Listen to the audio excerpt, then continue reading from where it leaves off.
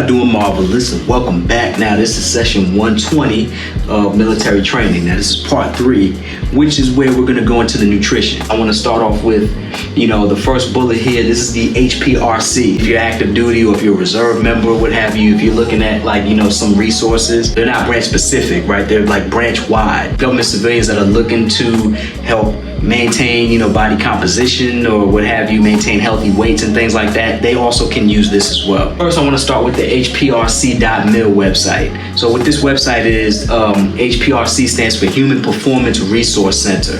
So when you go to that website, you'll basically find it's a website where you'll have resources for all things nutrition and fitness, and as it relates to military, needs.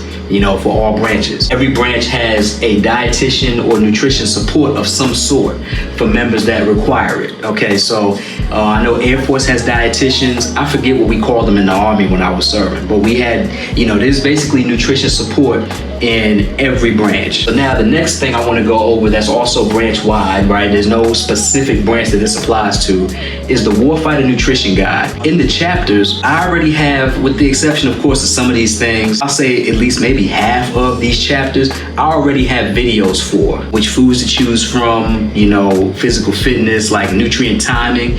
I believe I talked about that one already. When is a good time for you to get your protein and even get your carbs in, especially like how soon after a workout you should get it. All of those things are detailed in this guide. That's going to lead me into each branch, right? So each branch has specific guidelines, policies, procedures, what have you, maybe even a manual of sorts on how physical fitness and nutrition especially should be handled. Army has an AR, right? There's an Army regulation for nutrition. Optimizing human performance, we have AR 40-25. What I want to go into with this AR is tables B1 and B2. So in these tables, this is something else I already did in a previous whiteboard session. I talked about vitamins and minerals as well as macronutrients, that being carbs, fats, and proteins. So what these tables specify, right, what they designate is each macro and micronutrient, how much they should be getting, and especially based on their activity levels. So if they're only doing light stuff, if they're doing heavy, like not just physical activity, but heavy activity altogether, right? See, I was a wheel vehicle mechanic when I was in. Obviously, there's times where, you get downtime, right? But after you do your PT in the morning as a wheel vehicle mechanic, you're PMCS in vehicles, so you're kind of always on the move. You're up underneath the vehicle. I remember replacing a starter. The starter weighs about 45 to 50 pounds, so it's a little heavy to try to, to get it out, and it's even worse to put back in and maneuver under the vehicle. Infantry, they're always training, okay, because they're infantry, so they're always training. They got their PT and continuous training after the PT. More physical activity you do and more activity in general, the heavier it is, the more calories you're going to need to consume to support those activities throughout the day. Navy, they have what's called the Ship Shape program.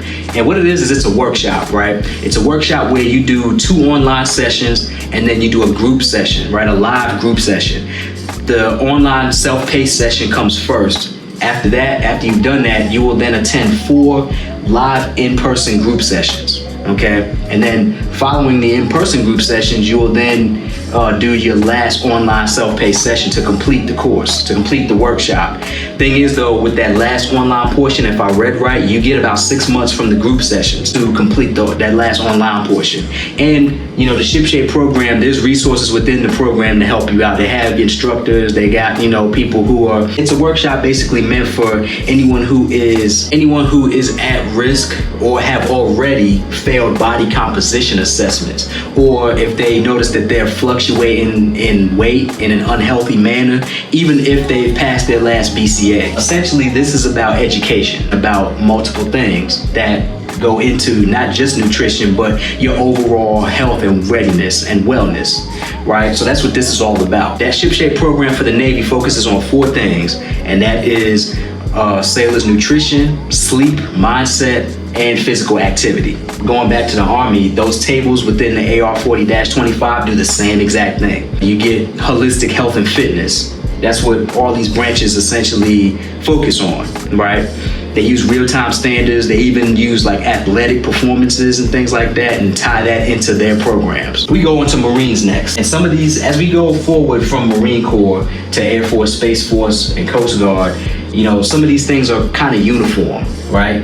Marines has what's called a Fuel to Fight program, right? So the Fuel to Fight program basically consists of a traffic color, like a traffic light color coding. When you're in the DFAC or you're in a mess hall, there's a color coding for, you know, how you should go about eating certain foods. Green, yellow, and red, everybody knows that's what's in a stop light, right? That's what's in a traffic light. Green essentially means engage at will. Yellow means well-aimed shot. Red means check fire, if I remember right. Engage at will essentially means you can have as much of that as you like. Anything that's green essentially ties back to like whole foods, fruits, veggies, lean meats, you know, that whole spiel. I've talked about that a lot on my channel too. Yellow essentially, that's the part where, you know, you have a well-aimed shot. So that means you want to be precise with the yellow. And what that means is you want to be precise in how much you choose of these types of foods. Not heavily processed foods, but maybe, you know, a little bit more, like just some processing in it. You know, maybe foods that are, you know, not as healthy for you. Foods maybe that have like some oils or maybe some butter, things like that. You have red. I think everybody knows what that one means. Check fire, of course, means you want to make sure you limit how much of those foods you eat. Now the red, what ties into those is of course going to be your ultra processed foods, candies, you know, desserts, pastries, cakes, things like that, high fattening foods. The Marines though, I tell you what, this part I did not know. I'm not gonna say they use it like religiously, but they do promote this rule in their branch, the 80-20 rule. So basically 80% of the time you wanna choose from healthy options, that being whole foods and whole grains, fruits, veggies, lean meats, you know, the whole thing. And 20%, that's, you want to have about 20% of the time you want to have the stuff that's not so good for you, the processed stuff, the artificial sweeteners and things like that that's in certain ingredients. That's what that is. Macro intakes. So this is something that I did learn when I was in my nutrition and wellness program. So we have the fist, the hand palm, and then we have the thumb. So what those basically mean is the C is carbohydrates, the P here means proteins, and the F is fats, okay? So for carbohydrates, a fistful of carbs that counts as a serving. Palm of your hand of a certain protein is considered a serving. Obviously fats, unless they're healthy fats, and even still you want to be careful with those too. You can have a little more healthy fats than, you know, the unhealthy fats. But, you know, with fats in general, you want to have about a thumb full, right? You want to have a thumb's worth. Air Force has what's called the G4G program, Go for Green program, different names, but they use the same system. The Go for Green program in the Air Force uses the same traffic light color coding. Here's another thing that was interesting for Air Force, Food for Function. It's another program, you know, that was essentially initiated by Aramark. The Food 2.0 initiative, right? Aramark helped deliver certain foods to the DFACs and to mess halls or what have you, you know, and as part of a Food for Function initiative. Aramark, you know, which is one of our, you know, known government contractors that has helped to bring foods, healthy foods, into dining facts and DFACs, dining facilities, and mess halls. We now have Best Self. That's another program the Air Force uses. Best Self, okay, that stands for Shape Up, because it's an acronym as you can see. Shape Up, Eat Right, Live Well, and Fit to Fight. Shape Up provides education on like where to start in your physical fitness, you know, where you should be improving at or what have you. If you know where you need to improve, the Shape Up part of the Best Self program helps you out with that part. Then you have the Eat Right. So obviously the Eat Right portion is going to be where you get education on how to choose the right types of foods. So Live Well essentially ties back to sleep and mindset. Because of course, when your sleep is all messed up, and obviously, you know, in the military, you know, there may be situations where you don't get as much sleep.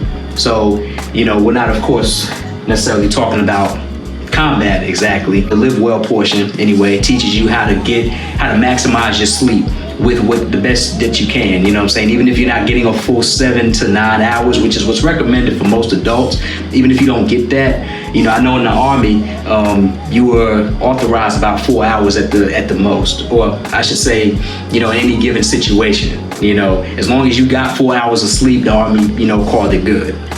I remember that. You know, I remember the NCO when I was in the AIT had said that. Now, obviously, there's situations where, you know, you're not just going to be getting consistent 4 hours of sleep. You'll get a full night, you know, unless, of course, you have issues sleeping, which is where programs like this come into play. So not in the Air Force, but I do believe the Space Force on their PT test has a fit to fight scoring standard. So, because with Air Force, I believe it's satisfactory, unsatisfactory, and then excellent, which is like, you know, you scored pretty high up there. But even still, Air Force, the fit to fight mentality, the fit to fight concept originated with Air Force, and then it just passed on to the Space Force. With that fit to fight, what that does is it provides education on how to take the shape up, eat right, and live well, and combine those concepts to remain fit to fight as an airman. Okay, and even as a Guardian, because like I said, it expands out to that too. And you'll see here in the Space Force, I wrote in parentheses, similarities with the Air Force. The Space Force uses pretty much all of the same programs the Air Force does. Green, the yellow, and the red, which foods to choose from and which color they fall under. I really feel like I've seen that before in the Army too. So it couldn't have been basic training. You know, anybody who knows anything about boot camp, when you go to the DFAC to eat, you're not looking around because you're definitely not allowed to. You're only able to look down at your table. You look down at the food that's in front of you and then wait to eat. When the drill sergeant says eat, then you eat. You know, you keep looking down. You can't look up and around. So pretty sure it wasn't boot camp, but I do believe Army, like in their DFACs, they have the same color coding system. I'm pretty sure they have like a sheet or chart or poster or whatever with the same traffic color, you know, coding. The last branch we got is the Coast Guard. So Coast Guard, they have their website, dcms.uscg, which is of course United States Coast Guard, .mil. When you go there, you'll find a weight management program. Again, you know, the concepts are the exact same. They use the same color coding system. G4G, which is go for green, right? Green, yellow, red. Then you have, I had to abbreviate these. HPP brought by HPCs. You know, it's a health performance program and it's brought by health performance coordinators. Still within the same topic, but now we're gonna kind of talk about rations, right? Because each branch does rations in certain situations. Those situations mostly being combat. What we have here is the UGR, which stands for Unitized Group Rations, and then we have Survival Rations. Those are the two things I'm gonna talk about. So what we have here is GPSR. Now the SR of course stands for Survival Rations. Again, I had to abbreviate it, but GP stands for General Purpose. So the General Purpose Survival Rations, 5 consecutive days of compressed bars, right? At least it's 5 compressed bars in this ration. And they consist of 2 cereal bars and 3 cookie bars, right? Now, it also consists of wintergreen tablets, lemon tea, and a soup base. Now, you'll need about 14 ounces of water to reconstitute the lemon tea and soup, of course, but this meal, or this ration, I should say, contains about 1,450 calories. And that breaks down to about 18 grams of protein, 200 grams of carbs, and 63 grams of fat. The entire purpose of this, of course, is to ration out, you know, when you're in a situation where you need to, like, you know, you're in combat or what have you, and you haven't eaten in a while and whatnot, but you still need the energy, right? In order for you to survive combat situations, your body, of course, needs energy. Adrenaline is one thing, right? Your body works off adrenaline, but adrenaline eventually does wear off, and your body also still does need help, you know what I'm saying? And that help typically comes from food. So with this ration, right, the cereal bars and the, you know, the wintergreen, you know, tablets and the lemon tea and things like that, you know, the cookie bars, all of that stuff, it's supposed to provide the energy that your body needs for you to keep going momentarily, right? It's a quick, fast, and in a hurry, you know, solution method to, you know, get you out of whatever situation you're in, that being likely combat. That leads me into the next one. So we have survival rations, abandoned ship. This is something that the Navy uses a lot. 6 individual bars, 2 per day for 3 days. That's how long it's supposed to last you. And it contains 2,400 calories, 54% of those calories being carbohydrates. Obviously, because we all know carbs is the main preferred source of energy by our bodies. For some reason, this was written right on the board and I completely skipped right over it when I went to review it. But this is the survival aircraft and life raft. This is used by personnel in the Navy also still whenever they have to survive an aircraft disaster at sea. Contains hard candy and candy-coated chewing gum. It's good for a 24-hour period, even when water supply is limited. And also, you know, it provides about 300 calories with every last bit of those calories being carbs. There's another thing that military branches do, especially Army, when you're out in the field, right? If there's a defect nearby, you know, some soldiers will go and they'll grab like, you know, big baskets and totes full of food to serve to everybody. They'll set up a little like field defect where there's a tent, you got tables, and you know, you got plates, right? Plastic plates, forks, knives, all of that stuff. And then you get a little like jug to get you some water, whatever the case may be, potable water. But there's usually service members that stand in line or what have you, and behind the table is somebody that's passing food to you, right? They're you know, putting food on the plate, sending it over to the next person to put the next item on the plate before it finally, you know, they give it to you. So that's a unitized group ration as well, where, you know, they set up sort of a field defect, and field that comes from the actual dining facility or mess hall is, you know, provided out in the field. When I was in, we used to call them hot A's. You can guess what the A stands for. So, but yeah, you know, especially like for breakfast, you know, you get like the eggs and things like that. The eggs would be like runny, and I mean, like I said, it's all you had to eat, you know what I'm saying? Because you definitely had to eat. You didn't really get a choice in the matter. You needed to eat. For everything that you do in the military requires energy, okay? Being out in the field, running battle drills, things like that, you need the energy for that, okay? So you have to eat, even if the food tastes kind of gross. MREs, some of y'all may have heard of them if you never served military. Maybe you heard of them from folks who have served, and if you're definitely prior service or you're active duty, reserve, or whatever, you already know what this is. But for the folks that don't know, MRE stands for meal ready to eat, okay? And there's a menu option, right? You get different menu numbers or menu options or what have you. Each MRE consists of different meals. So this one right here is my favorite, honestly. It's gonna be the beef one. The green packet that you see here is, that's the main meal. Essentially, that's typically the meal that you have to put in the heating bag, and the heating bag is down here, right? And what you'll do is, inside of it, you'll see there's a black heating element, right?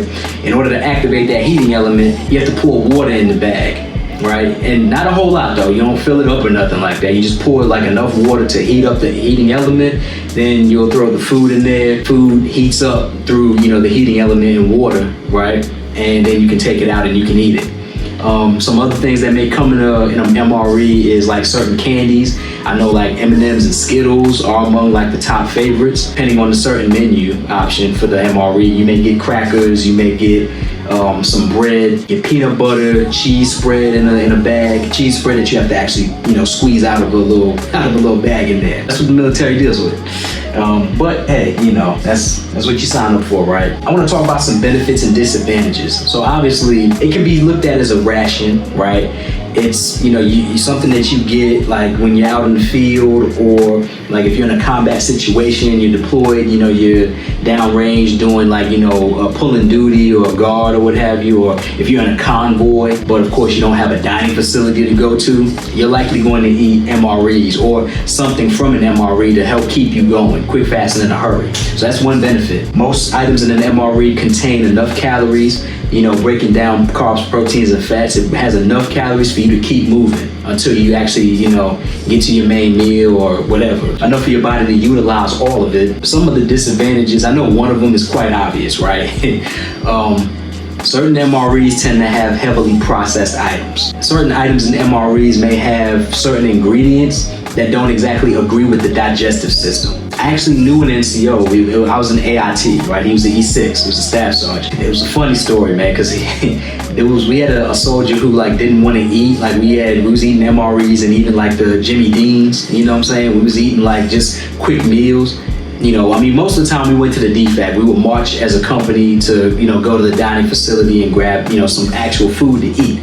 But sometimes we didn't do that. Sometimes like we had to eat real quick and then get right back to the mission. We had a soldier who didn't really want to eat because like, you know, he felt as though everything that was given to us wasn't like, you know, he just didn't want to eat that stuff.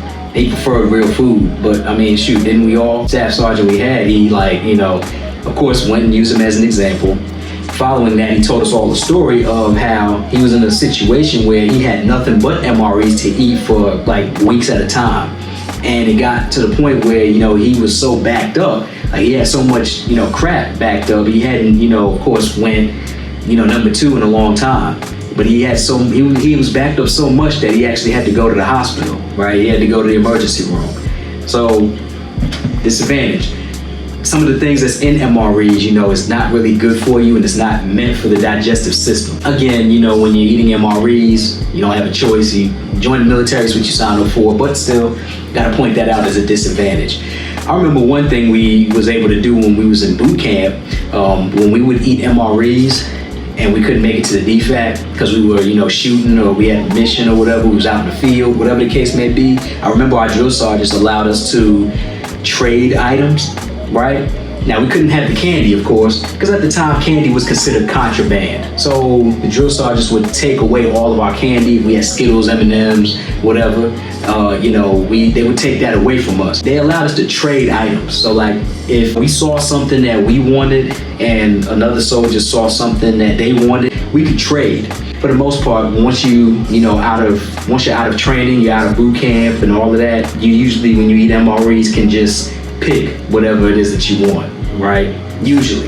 The NCO that told us that story, he was in a situation where he had no choice but to keep eating MREs. But for the most part, if you have like a normal, you know, job or normal occupational specialty, and when I say normal, I mean that being non-combat, usually you'll always have a chance to go eat at the dining facility or what have you. You know what I'm saying? You'll always get that chance.